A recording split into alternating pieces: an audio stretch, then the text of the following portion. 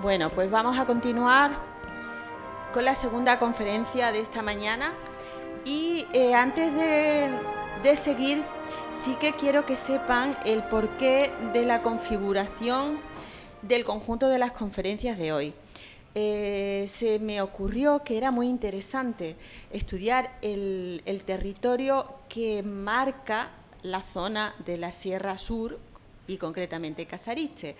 Como los arqueólogos no encontraban restos específicos de Casariche en lo referido a la etapa andalusí, pues nos pareció que era lo más interesante buscar aquellas provincias que sirven de marco y por eso hemos hablado por una parte de la cerámica local, hemos hablado de Sevilla, vamos a hablar de Sevilla, en este caso Carmona, a continuación vamos a hablar de Córdoba y esta tarde de Málaga, para establecer un marco de acercamiento al lugar que nos acoge. Esa es la razón.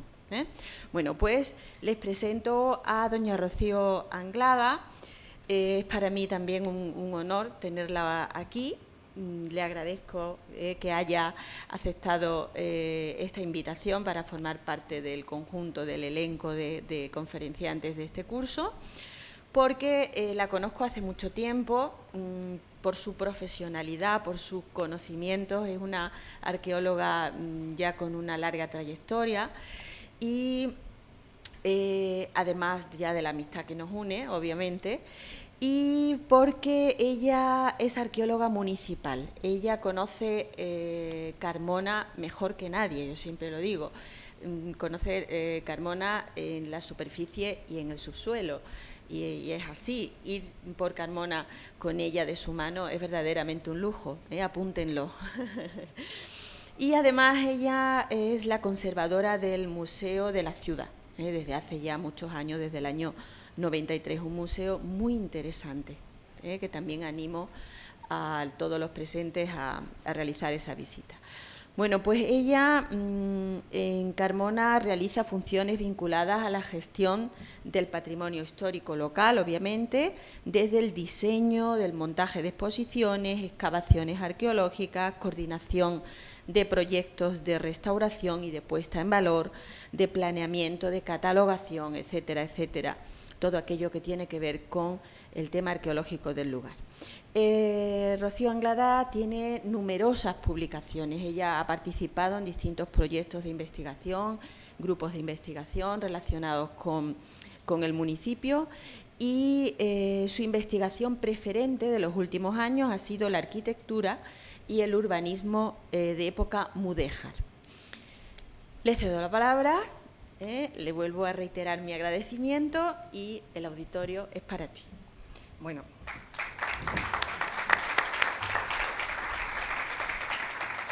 Bueno, yo en primer lugar le quiero dar las gracias a Fátima porque me presenta de manera muy generosa y eso, bueno, pues me hace sentirme bien. Yo de todas maneras me parece que me voy a sentir muy bien hablando con ustedes porque ya hemos almorzado, hemos cenado juntos y parece que esto va a ser una charla en cierta medida entre amigos, ¿no? Os agradezco a los miembros de la asociación que hagáis este esfuerzo. He visto, yo no conocía Casariche, pero es una población que no tiene un patrimonio monumental y, sin embargo, estáis apostando por la cultura de contenido patrimonial cuando a veces pues, los argumentos a lo mejor son complicados, ¿no? Y eso me parece a mí que es un valor interesante. Y le agradezco, por supuesto, a la universidad, que también está detrás de estos cursos de verano empujando, y al Ayuntamiento de Casariche, que es otro de los elementos más que sostiene una iniciativa de este tipo. Yo me voy a bajar porque desde abajo puedo comprobar mejor si las diapositivas que se van proyectando se ven con claridad o no, porque me da la impresión de que con la luz hay algunos planos que quizás no se vean bien. Si se puede apagar, yo creo que va a ser quizá mejor, ¿no?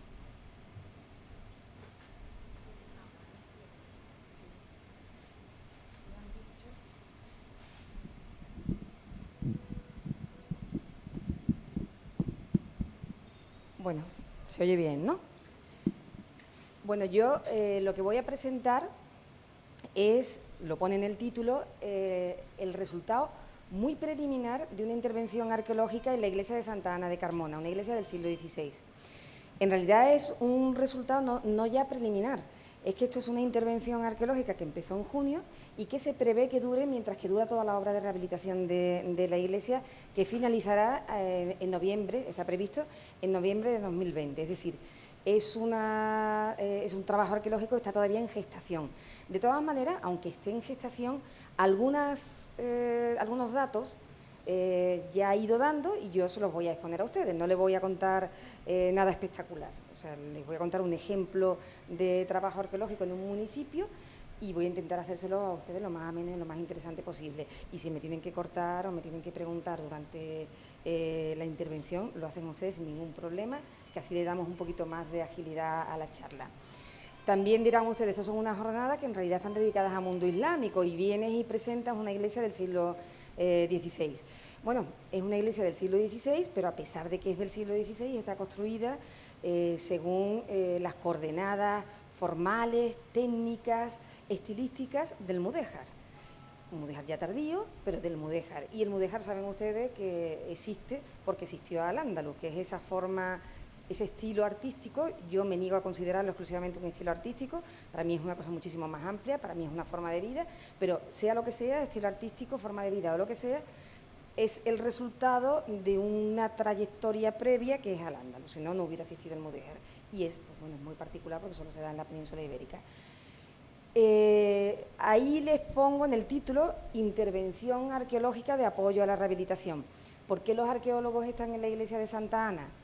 No porque queramos investigar, o sea, no porque sí queremos investigar, pero quiero decir que la mayor parte de la actividad arqueológica que se desarrolla en Andalucía y en el resto de España no es una actividad que esté dirigida a la investigación.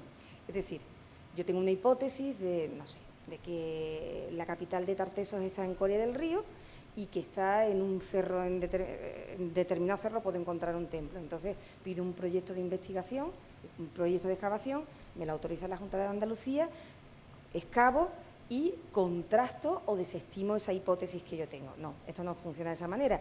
Me parece a mí que quizá les esté aclarando cosas que ustedes saben perfectamente, porque en la visita de esta mañana yo les he escuchado hablar y he visto que están ustedes muy familiarizados, como se dice ahora, mega familiarizados con la práctica de los arqueólogos, ¿no? Pero sabrán ustedes que la mayor parte de la arqueología que se desarrolla en suelo andaluz, y yo diría que en suelo español, es una arqueología de protección, una arqueología que va detrás de la dinámica urbanística. Es decir, cuando hay una obra que va a afectar al subsuelo, previamente como medida de corrección, entran los arqueólogos y documentan, registran aquello que se va a ver afectado, destruido o incluso impiden, si la relevancia de lo hallado es suficiente, impiden que se destruya, instando a la modificación del proyecto. Este es el caso de Santa Ana. A Santa Ana le ha tocado la lotería en forma de 1,5% cultural, que es una subvención que otorga el Ministerio de Cultura y que va a permitir la rehabilitación de la iglesia. Entonces, la Administración de Cultura exige que esa rehabilitación vaya acompañada de una intervención arqueológica compleja. Compleja en el sentido de que no se queda exclusivamente en una excavación, que es, digamos, la arqueología más tradicional, sino que hay que hacer una lectura de paramentos y hay que hacer también un seguimiento, un control de la obra. Es decir, toda la obra, cuando toque suelo y cuando toque paredes, tiene que tener un arqueólogo delante, por si acaso, para documentar y por si acaso no se puede seguir tocando. Entonces, ¿en qué ensayo estamos? Iniciamos ese proceso en junio, hemos abierto una serie de catas, de la A a la H, me parece que son 12 las que salen, hemos despellejado, hemos picado partes de las paredes, pero tenemos que seguir y abriremos más catas y seguiremos haciendo lectura de esas paredes que vamos despellejando. Es decir, que nos queda mucho por delante, por lo tanto, lo que yo le voy a ofrecer a ustedes, pues un poquito. Pero bueno, mi interés no es tanto los resultados de esta excavación como que vean las aplicaciones que tiene la arqueología, más allá de la práctica más conocida, que es la de sentarse en el suelo y abrir un agujero. Hay otras arqueologías que son conocidas, pero un poquito menos conocidas, entonces vamos a hablar de esas, ¿no? Vamos a ver, si no me equivoco, y voy dando para atrás. Carmona, principios del siglo XVI, esto no es exactamente a principio, esto es el grabado pronunciado por mí, Bingaerde, pronunciado por alguien que habla alemán, será otra cosa totalmente distinta, que es de 1568. Esto es un encargo que me parece que fue Felipe II, le hizo a un alemán que dibujara las ciudades del reino y ha funcionado como un testimonio fundamental de conocimiento de un momento concreto de la evolución de las ciudades. Yo esto lo utilizo para hacer mis informes que acompañan a los proyectos de obra, porque me permite saber hasta dónde se había desarrollado Carmona en un momento dado y entonces valorar mejor a lo mejor construcciones. Bueno, no me voy a meter ahora en ese lío, ¿no? Bueno, esta es una imagen de la Carmona de principios del 16, marcado en rojo está la posición de la iglesia de Santa Ana. Carmona en el siglo XVI es una ciudad, es una de las poblaciones más importantes del Reino de Sevilla, está muy cerca además de la capital, en términos de transporte preindustrial a una jornada, que es lo que se viene calculando para 30-35 kilómetros, una jornada a caballo o en carruaje.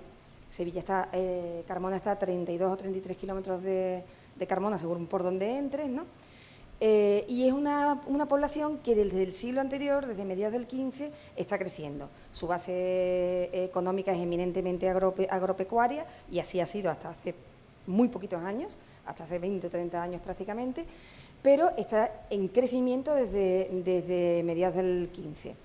Ese crecimiento se manifiesta en muchas cosas, pero una cosa muy clara es que empiezan a crecer las fundaciones religiosas. Cuando hay fundaciones religiosas es porque hay dinero. Si hay dinero, hay patrones. Si no hay patrones que paguen la edificación y el mantenimiento posterior del convento, no hay convento. Las fundaciones en Carmona son muy tardías. Sevilla está a 30 kilómetros, es verdad que Sevilla tiene otra entidad, pero está a 30 o 32 kilómetros y tiene fundaciones del 13.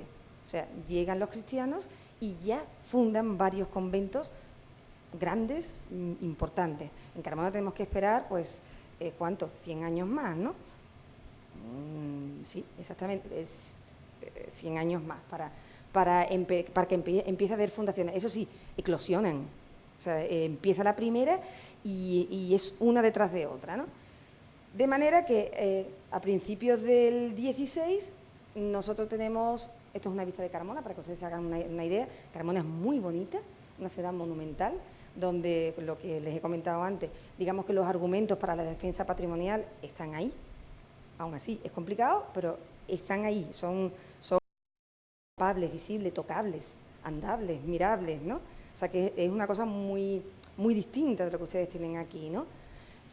Bueno, esto es una vista de Carmona, que se la he puesto para que se hagan un poco una idea, por si algunos no han ido, seguramente todos lo conocen. Otra vista desde la iglesia del Salvador. Y bueno, a principios del siglo XVI, hemos visto casi finales del siglo XVI en el grabado anterior, pero a principios del siglo XVI se ve bien. Es que es muy tenue el plano. Tenemos un paisaje cuajado de espadañas y de campanarios, con un montón de iglesias parroquiales, con un montón de fundaciones conventuales, aquí no están todas, porque se me sale del plano, pero hay alguna más que queda fuera del plano, y con, no un montón, pero unas cuantas ermitas extramuros.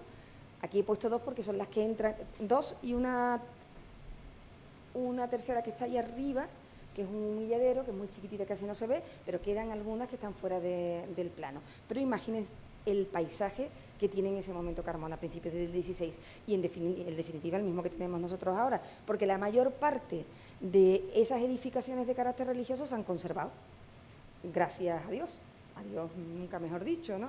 Porque componen una parte muy importante del patrimonio edificado que tiene Carmona actualmente, ¿no? Esta se me ha colado, esta no la he borrado, tenía que haberla borrado.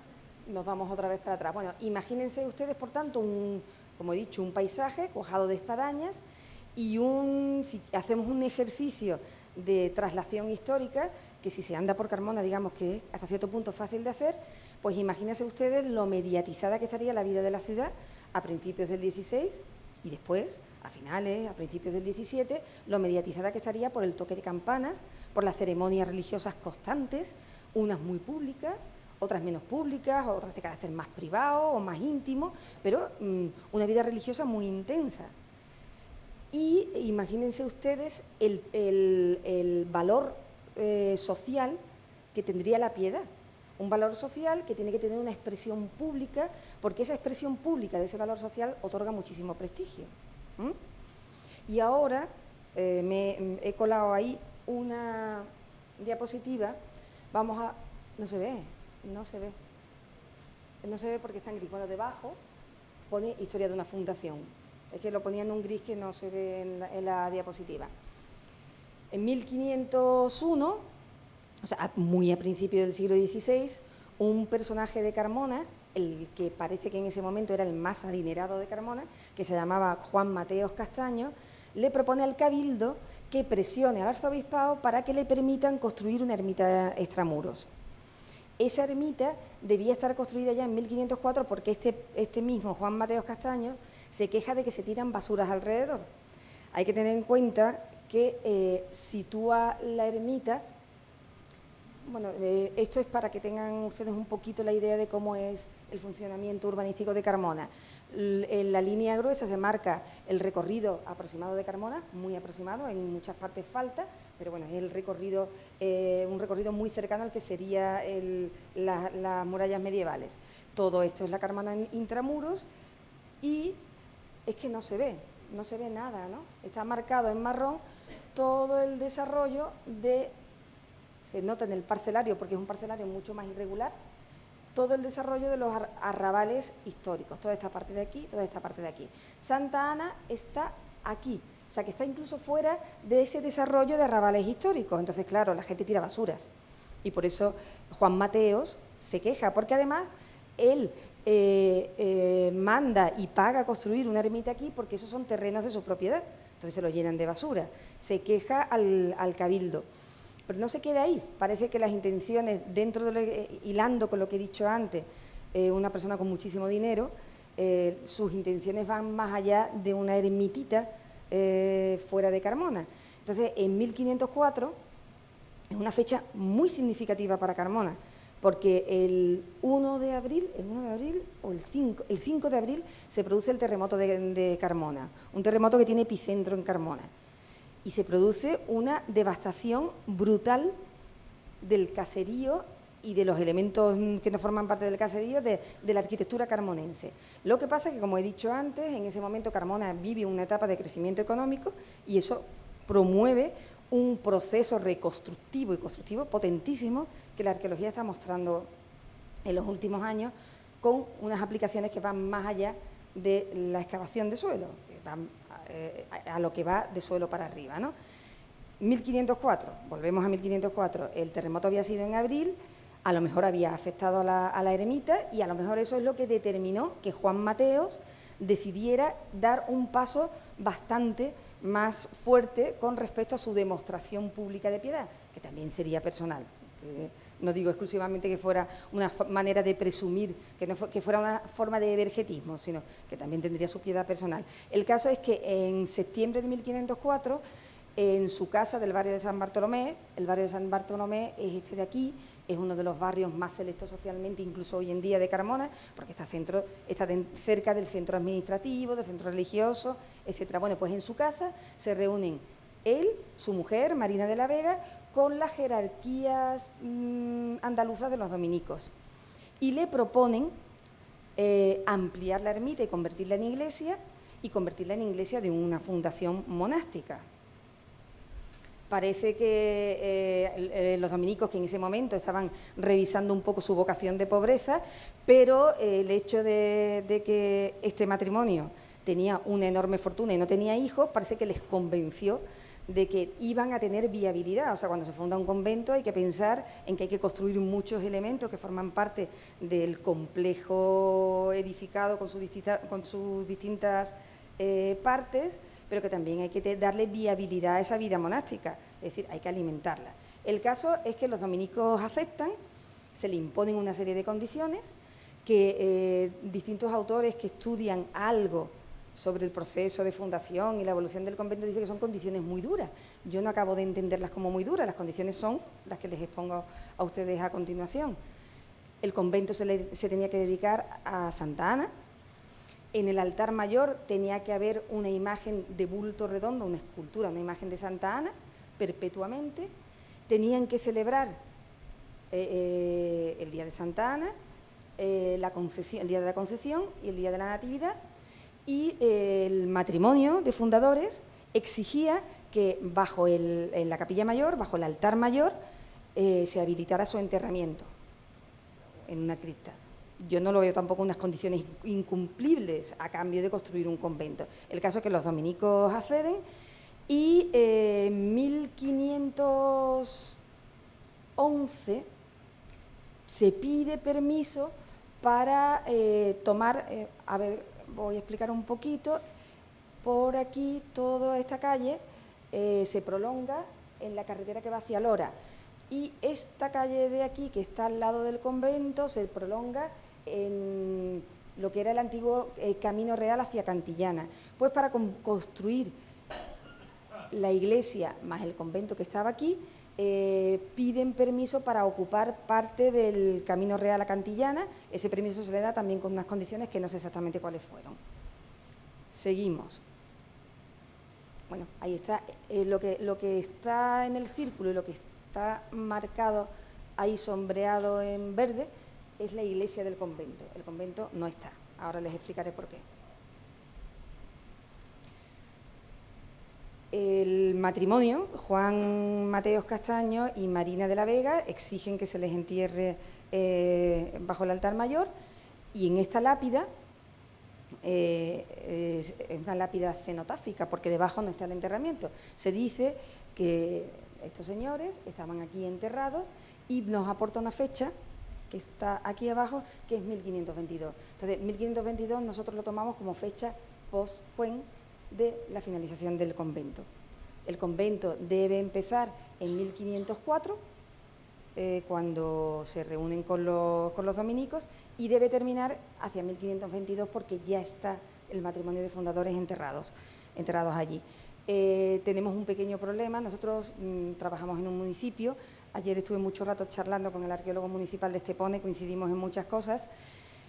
Nosotros tenemos un archivo histórico fantástico y tenemos 2 archiveros, pero no siempre es posible que el archivero obtenga toda la información sobre lo que vas a trabajar después.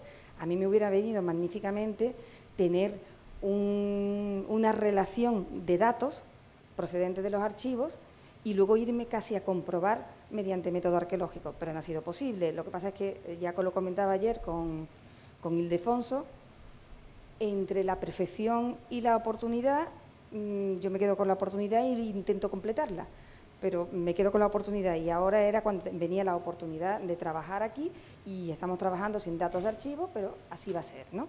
Ya los tendremos.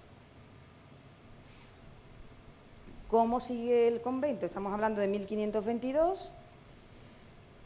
Esta es la foto aérea, lo que se le llama el vuelo de los americanos, no sé si ustedes los conocen, un vuelo militar más o menos de espionaje que hicieron los americanos en 1956, que abarca toda la península y que ofrece muchísimos datos sobre los procesos de evolución urbanística desde ese año hasta ahora y que se utiliza muchísimo en los ayuntamientos, por ejemplo, se usa muchísimo. Bueno, pues en 1837, damos un paso atrás, en 1837, con la desamortización, se exclaustra el convento de Santa Ana y se demuele el convento. Se conserva la iglesia, pero se demuele el convento, con el objetivo de que esos terrenos se conviertan en el primer cementerio civil de Carmona.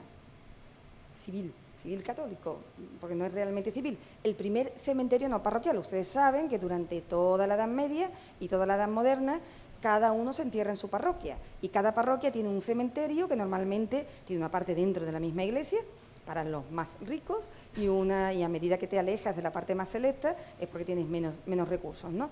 Entonces, alrededor de las iglesias siempre hay cementerios.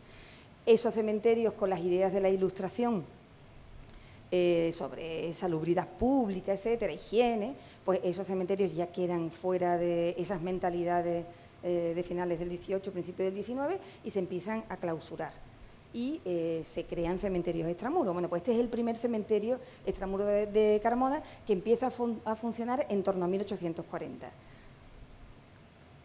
Ahí, sí. Este es también un detalle del vuelo de los americanos. Aquí tenemos, lo van a ver mejor ahora, la iglesia de Santa Ana y el convento ha sido demolido y estos son los patios del cementerio. Ahí le he marcado el cementerio y me he saltado para que ustedes vean, pues no lo sé, no está. Bueno, pero les he dicho dónde estaba la iglesia.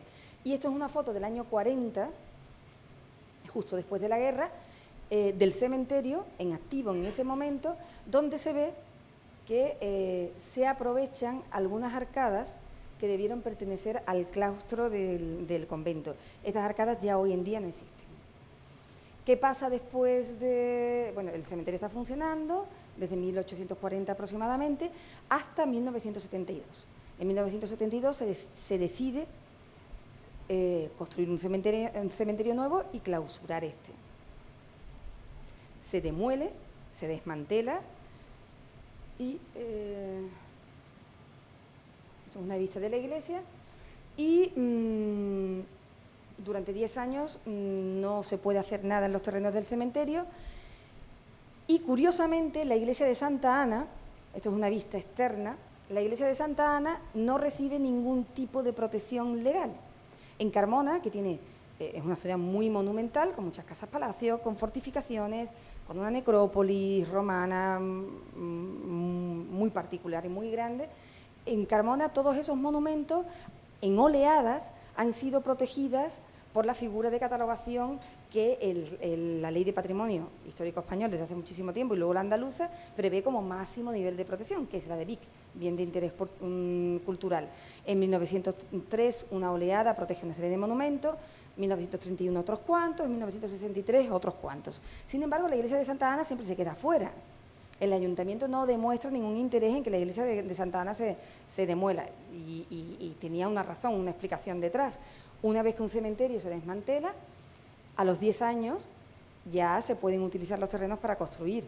Entonces el ayuntamiento lo que esperaba era poder llevar a cabo una operación urbanística en los terrenos que ocupó el cementerio y lo que ocupaba la iglesia. Es decir, la iglesia lo que estaba era destinada a la demolición.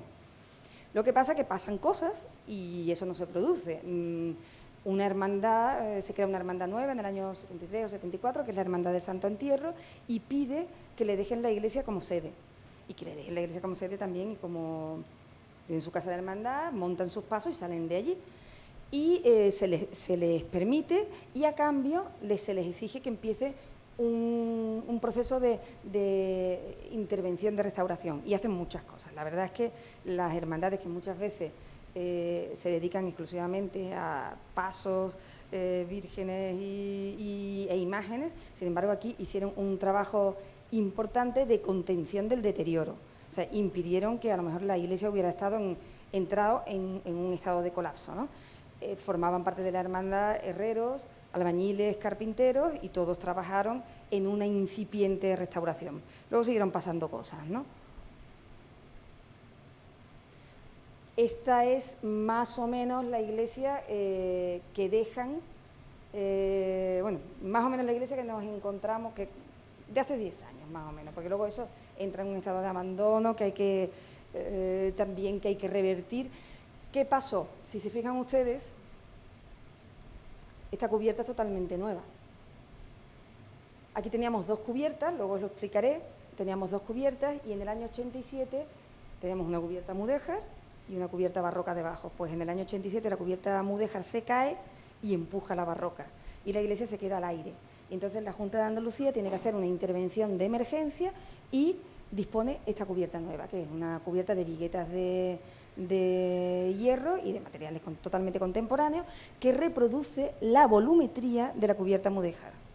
Es decir, tiene la misma pendiente, la misma forma, el mismo esquema que la cubierta mudéjar.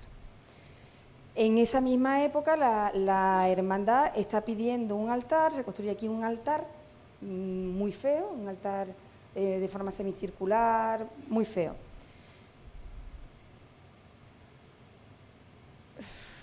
Arquitectura y arqueología, vale, es que ya no me acordaba de lo que ponía. Y bueno, la iglesia entra en un estado no de abandono, porque desde el ayuntamiento se hace una labor continua de impedir el deterioro, más que de restauración, pero realmente lo que necesita la iglesia, que es muy robusta constructivamente, pero la iglesia ya lo que necesita es una inversión fuerte que le permita restaurarla por completo y darle un uso distinto. Si un edificio histórico no tiene uso, normalmente no está tensionado y entonces entra en un proceso progresivo de ruina. Lo que no se usa se arruina porque no es necesario cuidarlo. Si no lo estás usando, no es necesario cuidarlo, ¿no? Yo les he comentado antes que el proyecto arqueológico que se está desarrollando y que se estará desarrollando hasta que termine la obra en noviembre de 2020 es un proyecto complejo que tiene intervenciones de distinto tipo. Entonces, ahí abajo, aunque no se vea, pone arquitectura y arqueología, porque nosotros en la iglesia de Santa Ana vamos a desarrollar más una arqueología de paramentos. ¿Saben ustedes lo que es una arqueología de paramentos? Un paramento es la cara de un muro. Entonces nosotros lo que estamos haciendo es una arqueología que se desarrolla sobre todo de suelo para arriba, mientras que la visión más tradicional que tenemos del arqueólogo es el que trabaja de suelo para abajo.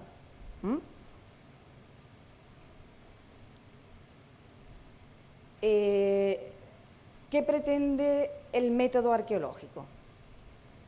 Yo hago una excavación, esto es una excavación de las comunes, de las que se desarrolla de suelo para abajo, y me sale una... Ay, perdón, es que me lío con los botones. Me sale una cloaca romana y la fotografiamos, la dibujamos, la documentamos, sacamos muestras de los sedimentos interiores, hacemos lo que tengamos que hacer, ¿no? Pero yo me lo encuentro aquí quieto y lo dibujo aquí quieto.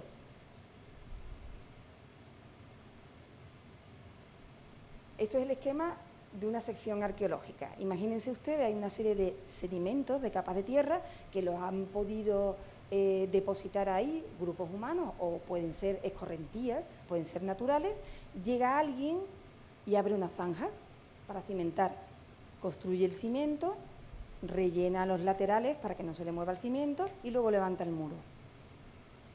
Esto es una estratigrafía arqueológica. Cada una de estos numeritos, cada una de estas acciones deja una muestra en el terreno a la que nosotros le llamamos unidad de estratificación. Hay unas que son positivas porque tienen entidad material, una capa de tierra, un muro, yo lo puedo delimitar, lo podría hasta pesar, tiene entidad material, y hay unas que son negativas, como esta zanja.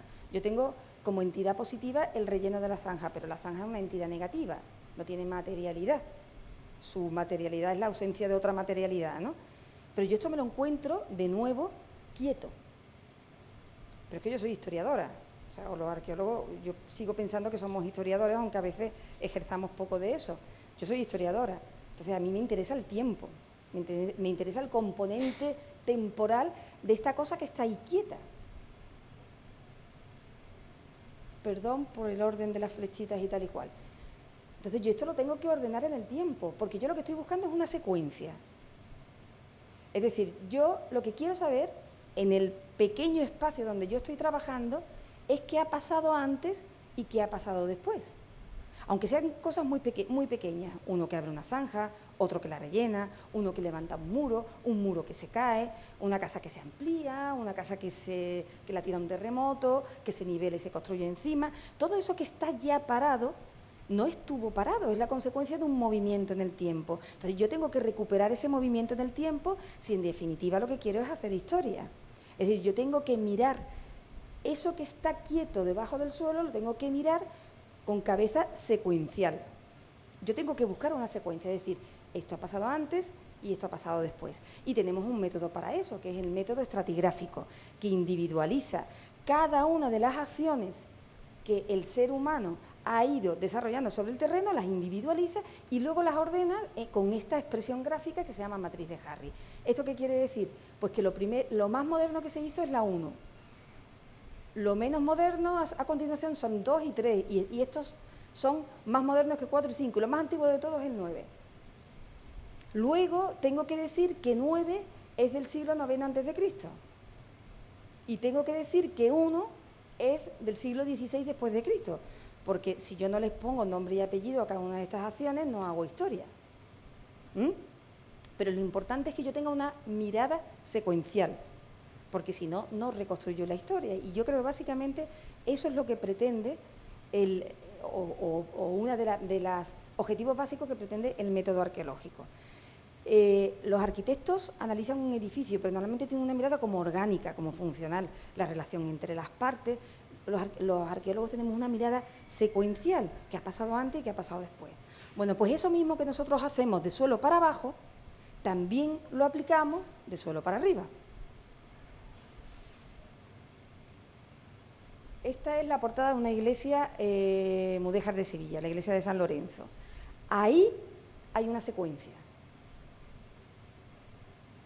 Si se fijan ustedes, nosotros tenemos la portada de los pies de esta iglesia, después ciegan esa puerta y después abren un ventanuco. Aquí tenemos una cosa que pasa antes, que es que construyen la puerta con su torre, etcétera, que luego la ciegan y que luego le abren un ventanuco, que a lo mejor entre 1 y 2 seguro que hay bastante tiempo, pero que entre 2 y 3 hay 10 minutos. Entonces eso no tiene relevancia histórica, eso lo tengo que valorar después. Pero yo primero tengo que ver qué ha pasado antes y qué ha pasado después, y después valorarlo y ponerlo en su justa medida en mi reconstrucción histórica. ¿Mm?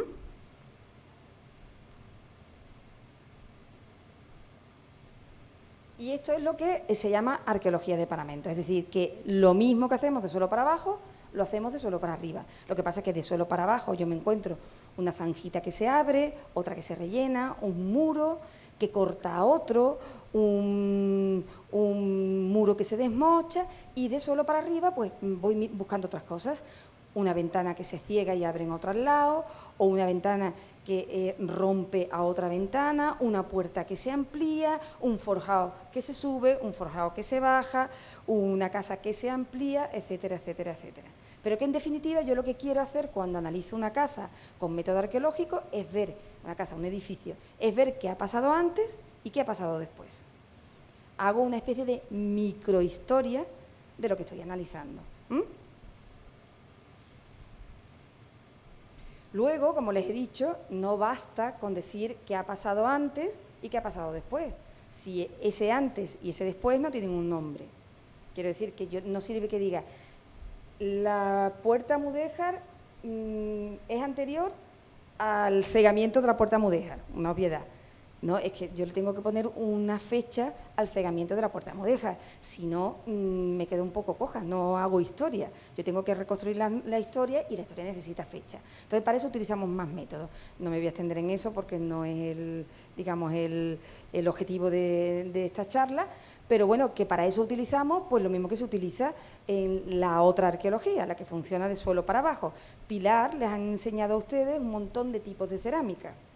La cerámica es uno de los elementos fundamentales que utilizamos los arqueólogos para fechar. Ustedes hablan con mucha familiaridad de terra sigilata. Si yo excavo un muro y en su zanja de cimentación me encuentro terra sigilata, ya sé, o sea, a lo mejor antes por muchas cosas, pero ya sé que ese muro es romano. Porque la terra sigilata es romana. Y si me encuentro un tipo concreto de terra sigilata, pues me voy a una tabla y puedo a lo mejor fechar con un margen de error de 20 años. Si le aplico el carbono 14, el margen de error se me va a lo mejor a 70, 80 años. Sin embargo, con la cerámica fecho muy bien. Yo siempre pongo el ejemplo porque ahí la gente a lo mejor le cuesta un poco de trabajo ver, bueno, y tanto me fecha la cerámica. Imagínense ustedes las botellas de casera, las que tenían el alambrito. Son sustituidas por las botellas de casera de cristal que tienen el taponcito de plástico de rosca. Eso fue, me parece que en el 76. Si yo entro en una casa que está abandonada y dentro me encuentro botellas de casera del alambrito, pero no me encuentro de las de rosca, quiere decir que esa casa se abandonó antes del año 76. Un poco grosso modo, un poco a lo bestia, ¿no? Se abandonó antes del año 76, pues así funcionamos. Yo me encuentro cerámicas y las cerámicas me proporcionan la fecha más moderna de la pieza más moderna.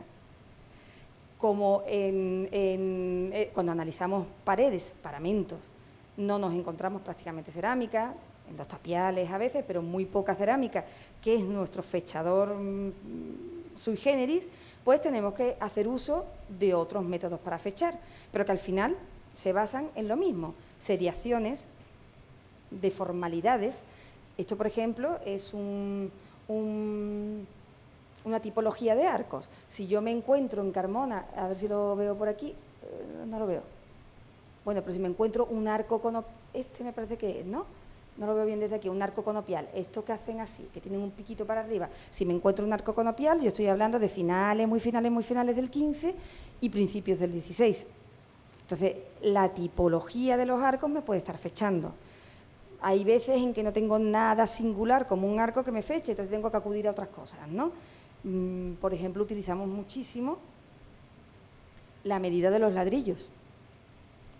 A lo largo de la historia, los sistemas de medición han sido totalmente distintos. O sea, ustedes se van a época romana y se mide con el codo es de 55 centímetros. Se van a época islámica y el codo también cambia, el mamoní, el rasasitín tienen otros tamaños distintos. En época castellana se funciona con la vara, que está dividida en 3 pies, y hasta 1849 no tenemos el sistema métrico decimal. Entonces, si nosotros medimos los ladrillos que dan el módulo de la obra, pues podemos llegar a conclusiones cronológicas, y hay toda una elaboración de aplicaciones estadísticas midiendo ladrillos para obtener conclusiones cronológicas, y es real, se llega a conclusiones cronológicas. Esto es de la iglesia de Santa Ana.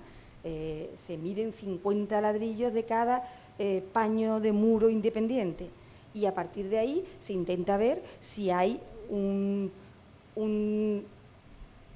una cronología distinta de muro a muro. Esto no lo vamos a saltar. Vamos a ver, ahora les voy a exponer ya en un cuarto de hora o 20 minutos lo poquito que hasta ahora, ya les digo que hemos abierto muchos cortes de comprobación, también de comprobación del comportamiento arqueológico que tiene la iglesia. Cuando tú excavas en una iglesia, tu objetivo fundamental de investigación es la misma iglesia o en un edificio, pero tú también tienes que comprobar si debajo hay algo más. Es decir, la iglesia estuvo ocupada previamente en época romana, el suelo estuvo ocupado, con qué funcionalidad, tú tienes que ver qué comportamiento arqueológico tiene el lugar donde estás excavando. Entonces, los primeros cortes que abrimos fueron de comprobación del comportamiento estratigráfico, y comprobamos que no hay comportamiento estratigráfico, quiere decir, no hay nada. Tenemos la iglesia y bajo la iglesia la roca de base de Carmona, que se llama Alcor. No hay estratigrafía ninguna. Y bueno, lo que hemos hecho son una serie de catas de comprobación, y hemos aplicado esa mirada secuencial sobre el plano de la iglesia para intentar ver si efectivamente la iglesia se construye de una vez o no se construye de una vez. Y si no se construye de una vez, vamos a intentar ir acotando los distintos momentos de construcción de todo el complejo religioso.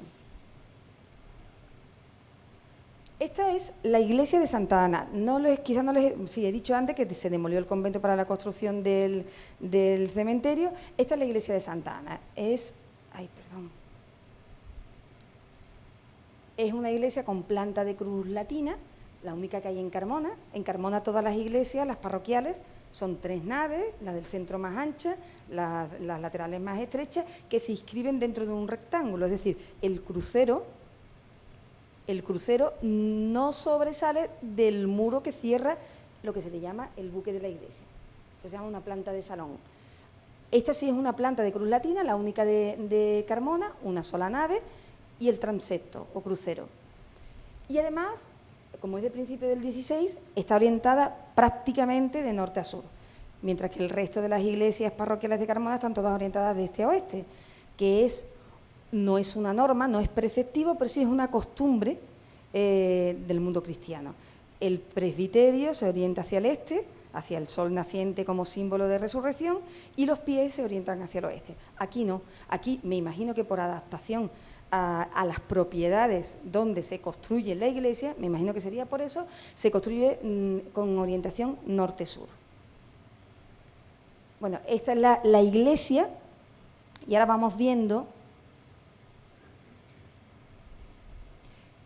Esta iglesia tiene también una serie de elementos complementarios, una capilla que se le llama Capilla del Sagrario y Capilla del Santo Sepulcro. No sé por qué, me parece que son nombres que dio la hermandad que entró en los años 70.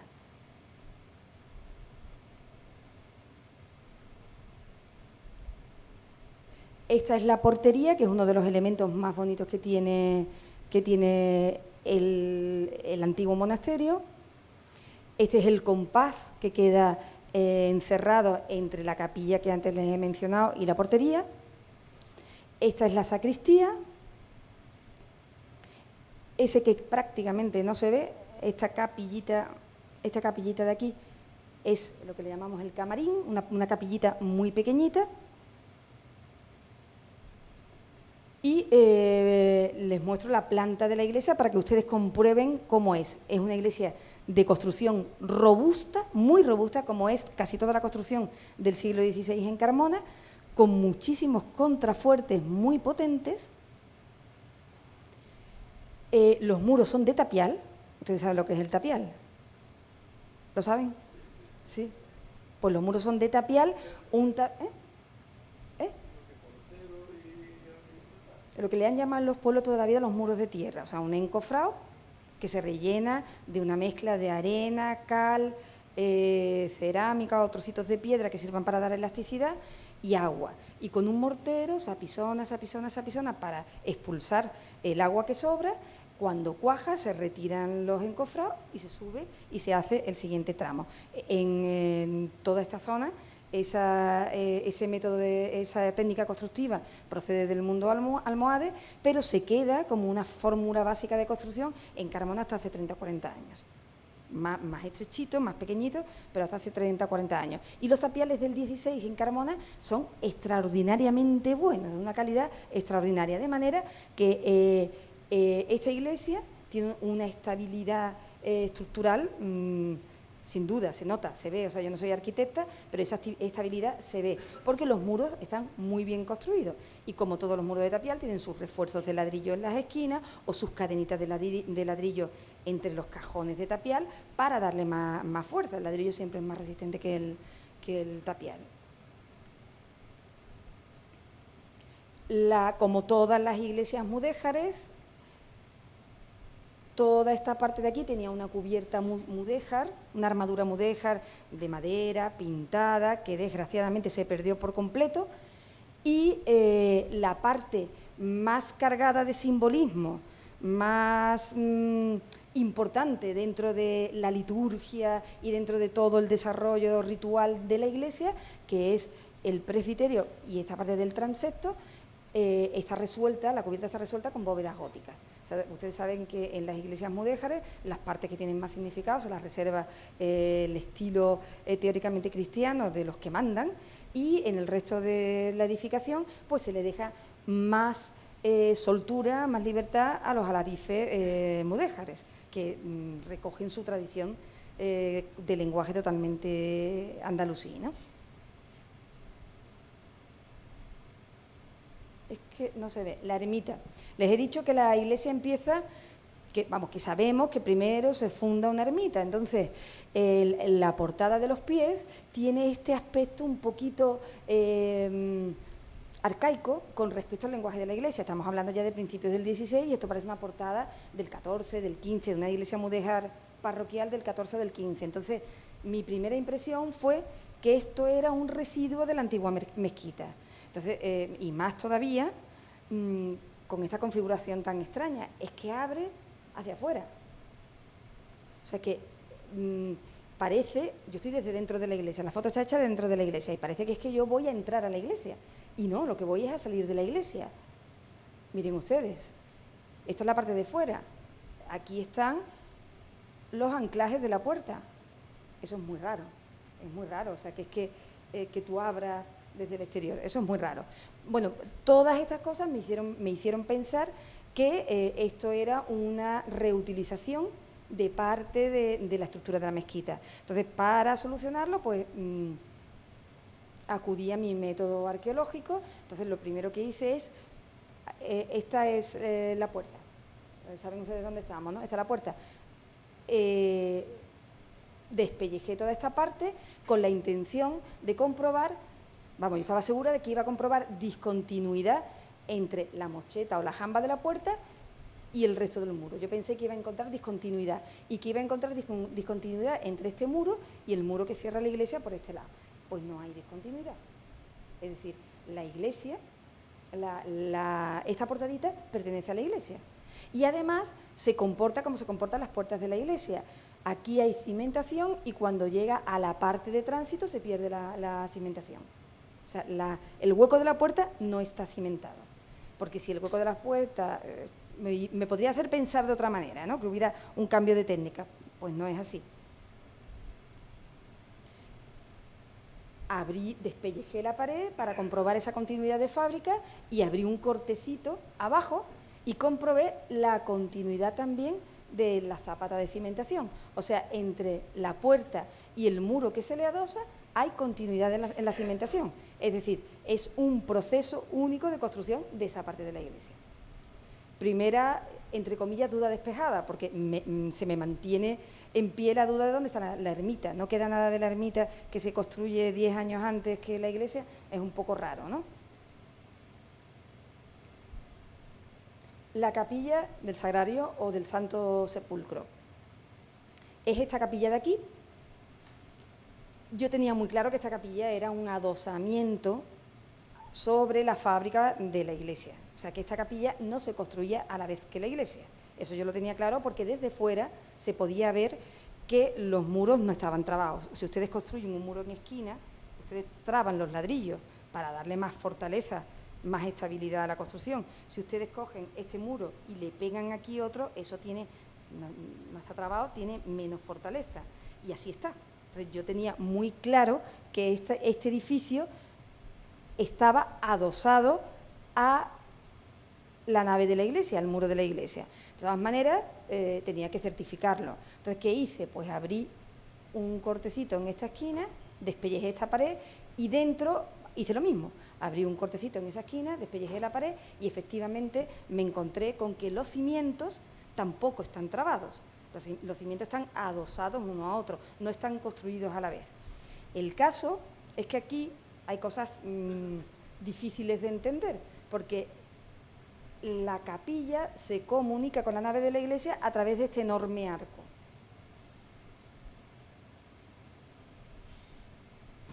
Que por dentro de la iglesia está cegado. La puerta de la iglesia es esta. Entonces yo al principio me planteé, ¿sería posible que esta fuera la puerta original de la iglesia y luego le adosaran esta capilla y por eso se ciega este arco de paso? Abrí un corte aquí y me encontré que la cimentación era continua, no era cimentación de puerta, por lo tanto no era así. Por lo tanto, este arco se abre desde primera hora para dar comunicación entre la capilla y la iglesia. De todas maneras, aquí hay cosas sin aclarar porque aquí hay una absoluta continuidad de fábricas entre el pilar del arco y la fábrica que continúa aquí. O sea que yo creo que aquí lo que hubo es un cambio de programa sobre la marcha, me da la impresión. Este es el cortecito que les dije, esto estamos en el exterior de la capilla. Abrí un cortecito aquí y comprobé que el cimiento de la capilla se da de frente con el cimiento de la iglesia.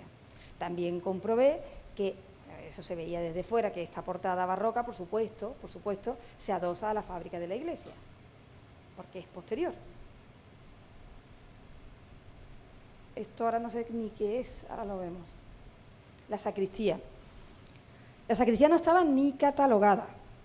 Cuando se cataloga y se declara BIC la iglesia, lo que la ficha de catalogación afecta exclusivamente a la planta de cruz latina, pero todos estos elementos adosados quedan fuera de la catalogación. Entonces aquí hubo una pequeña lucha porque los arquitectos ya habían planteado en su proyecto la demolición de la sacristía. Y además me decían, es que en Carmona se han hecho, digo, eso no, esos son tapiales antiguos, es que en Carmona se han hecho tapiales hasta hace 3 días. Sí, pero no, estos no son tapiales de hace 3 días. Esta sacristía responde también a un cambio de programa, pero es antigua. Yo ahora mismo no sé cuánto de antigua, o sea, no sé si es de mediados del 16 o ya me está llegando al 17, pero esa capilla es antigua y forma parte del complejo construido y me va a ayudar a entender el complejo construido, entonces no lo podemos demoler. Aceptaron y no se ha demolido. Y aquí, bueno, pues hemos comprobado efectivamente que es un edificio adosado por completo a la fábrica de la iglesia. Fíjense ustedes, tiene cubierta a 2 aguas, fíjense ustedes que está sobre uno de los contrafuertes de la iglesia y fíjense ustedes en estos pequeños detalles. Aquí hay una moldura decorativa. pum, pum, pum, que se mete por aquí. Esa moldura decorativa está hecha para que se vea desde fuera, siempre desde fuera. Está en toda la iglesia, rodea toda la iglesia. Ahora seguimos. Nos metemos dentro de la sacristía y aquí no se ve nada. Yo tenía puestas unas flechas que marcaban muchas cosas, pero bueno, ven ustedes, por aquí me tiene que ir, tengo aquí prolongada la línea de la cubierta a 2 aguas y aquí tengo en medio la moldura decorativa que está hecha para que se vea desde fuera. Sin embargo, aquí se me queda dentro. Eso no puede ser. Es decir, aquí han construido un edificio que ese pequeño programa, que no tiene tanta importancia, ¿no?, pero ese pequeño elemento ornamental, digamos que lo pervierte, porque lo deja dentro de un edificio cerrado. Y si se fijan ustedes, miren, esos son los tapiales, ¿no? Si se fijan ustedes, este arco que da acceso desde la sacristía al presbiterio está construido rompiendo por completo los tapiales. Esto está marcado con una línea que he dibujado yo, pero no se ve bien. ¿Ven ustedes que está por completo rompiendo los tapiales? Eso me está diciendo que esto se hace después de esto, que es el muro de la iglesia. Aquí tengo puestas unas flechas que tampoco se ven porque es que esto está muy lejos, pero aquí se ve claramente como este muro que cierra la sacristía por aquí se adosa al muro de la iglesia. No se traba, se le pega encima, lo que quiere decir que es posterior.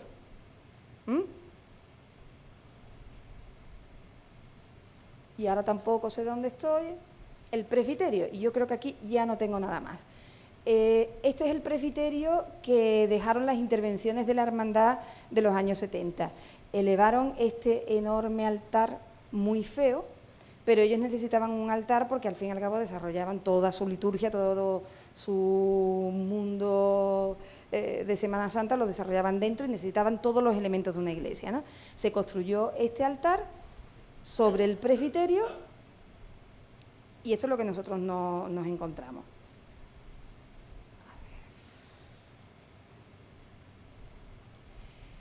La escalera que sube a la plataforma elevada del presbiterio demostraba en sí misma, o sea, simplemente mirándola, nos estaba contando que esa no era su posición original. Aquí están los escalones de subida y este es el murete que cierra hasta llegar a la pared. Fíjense ustedes esta piedra en bisel, cómo se encaja ahí de cualquier manera. Esa no es su posición original. ¿Qué quería decir? Pues que la escalera está movida de sitio.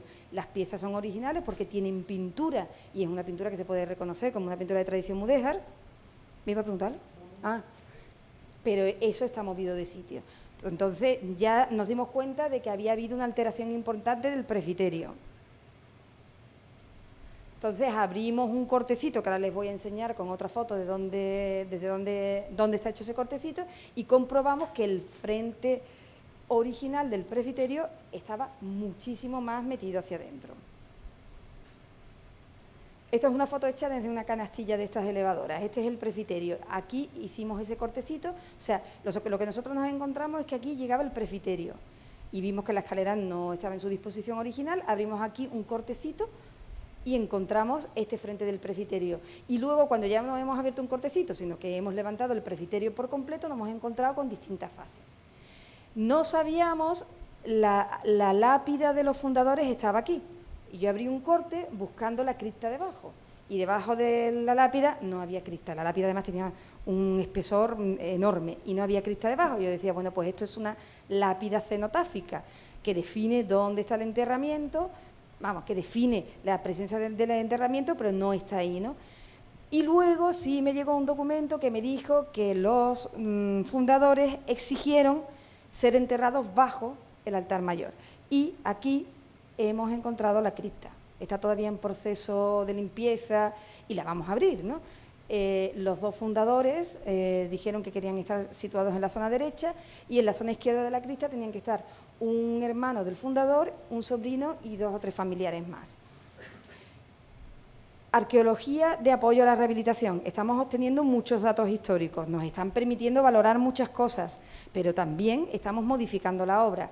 Como esto es una zona elevada, el presbiterio siempre está elevado para poder cumplir las imposiciones litúrgicas de los distintos concilios, pues, ¿qué pensaron los arquitectos? Es el sitio ideal, perfecto, para meter toda las infraestructuras de calefacción, de todas las infraestructuras, tubos y no sé qué más, no sé qué aparatos más. Ya se acabó la idea, ya se les acabó por completo la idea. Esto no lo van a reventar para meter debajo todo eso. Esto podrá quedar oculto porque en el programa arquitectónico que está planteado a lo mejor no es posible que esto quede visto. Son además unas estructuras muy endebles, pero tienen que modificar la idea original de ubicación de las infraestructuras, porque aquí no pueden ir destruyendo ese patrimonio que se va a quedar ahí, y si dentro de 200 años se puede hacer algo para hacerlo visible, pues se hará, y si no, pues no se hará. La crista la vamos, mi idea, que tengo que consultarlos con los responsables de la Junta, mi idea es abrirla con un arqueólogo, antropólogo, sacar los cuerpos, hacerles un análisis antropológico y a ver cómo están, no tengo ni idea, y en cajitas volverlos a meter en su sitio y que sigan reposando donde ellos determinaron que iban a reposar, en cajitas de plástico o lo que sea.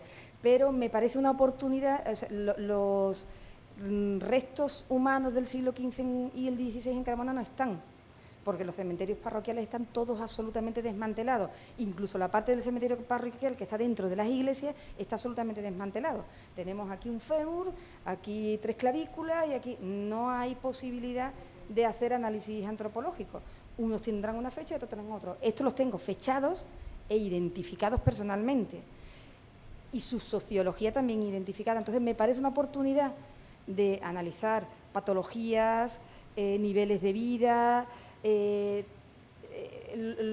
tareas, determinados trabajos provocan determinadas deformidades o efectos sobre el esqueleto. Me parece una oportunidad que no se puede perder, porque es una población que a nivel antropológico no es nada conocida en Carmona. Entonces, quiero hacer eso, pero ya digo que entre la oportunidad y la perfección a veces no se llega a tanto, no lo sé, pero bueno, esa es la idea. Y creo que esto era lo único que les quería plantear. Bueno, la fase barroca. Estas son las fotos del año 40. En el año 40 se encargó por parte de la Administración de Cultura, acababa de pasar la guerra, entonces se le encargó a 3 historiadores del arte de la Universidad de Sevilla, muy conocidos, se les encargó que hicieran un catálogo de toda la provincia de Sevilla, un catálogo artístico y arqueológico de toda la provincia de Sevilla, que sirviera para evaluar los daños que la guerra podía haber producido.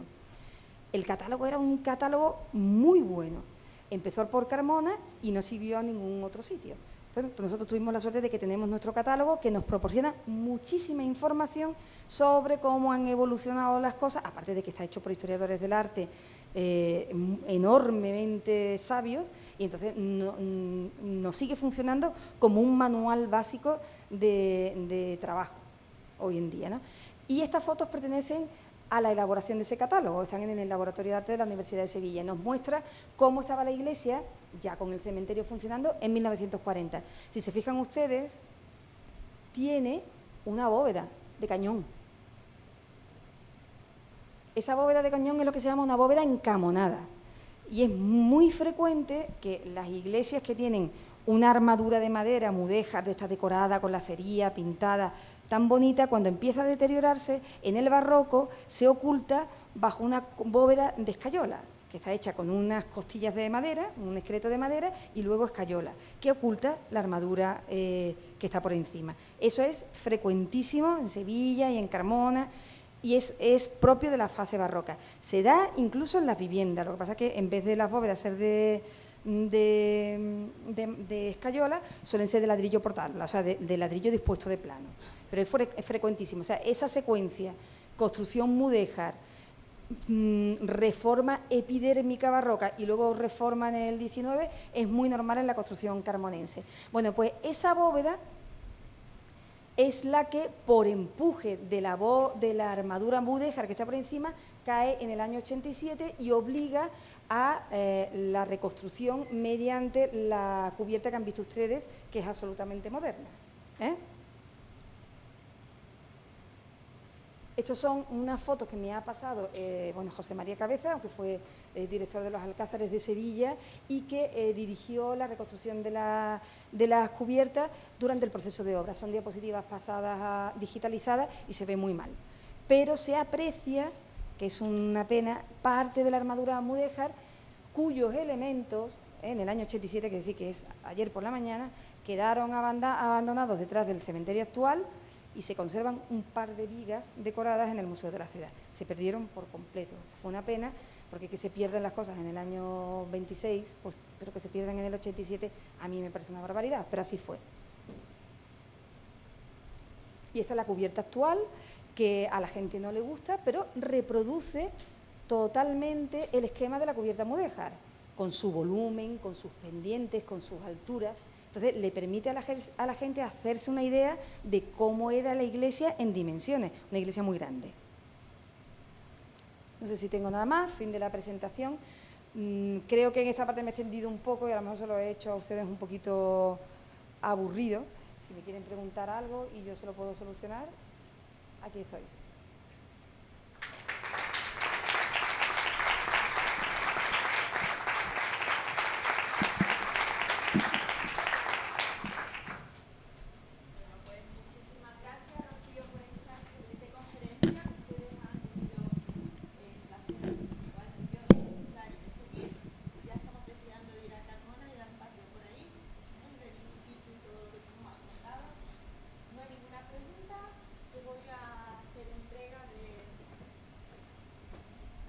De este regalito que la asociación